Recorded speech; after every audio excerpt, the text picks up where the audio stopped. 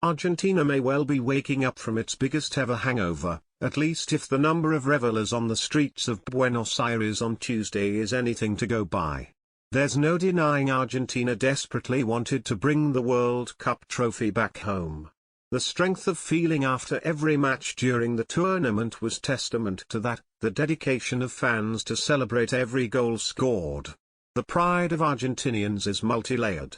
Yes, it's their third World Cup win and that's an achievement in itself, but it was more personal than that. In Lionel Messi they have a footballing star now rivaling their godlike Diego Maradona. How dare he not take home the only trophy he was missing? They wanted it for Leo. But this is a country that also needed some uplifting, a chance to dream, to smile, to have some fun. Argentina has been facing an endless economic crisis, and with soaring inflation, every day gets harder. The tournament was a chance to switch off and kick back, and wow, did they do that. We have suffered so much through these past years, one Argentinian told me. It's the first time we have something to celebrate.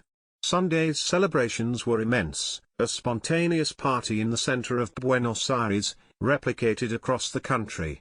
But Tuesday's celebrations overshadowed them by a long way. It was, says the country's media, the biggest party in the nation's history. Today the people don't care whether they eat or not, said another reveler. If people are happy and joyous, the money doesn't matter. People are happy to spend it today.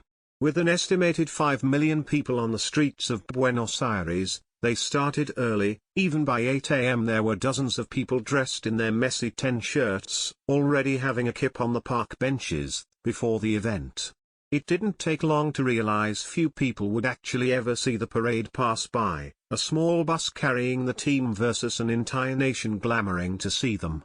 But that mattered very little to the majority of Argentinians. This was about enjoying the sun, a public holiday, and the moment, Argentina's moment. With so many people crowded around the obelisk in the center of Buenos Aires, it became clear the parade was never going to be able to pass through the thick crowds. No matter, when the parade changed route, the people ran to them. When the fighter jets did a fly past, revelers cheered. They cheered again when the team abandoned the bus and took a helicopter to wave to the fans from afar. The team was the reason for the partying, but in a way, it was just the spark. The fiesta flame kept burning and will for a while yet. This is a deeply proud, yet troubled country. Argentinians are always teased for claiming to be more European than their South American counterparts. But this victory over France made them deeply proud of being South American. That was contagious and has brought the region together. Even if it's brief, it's welcomed.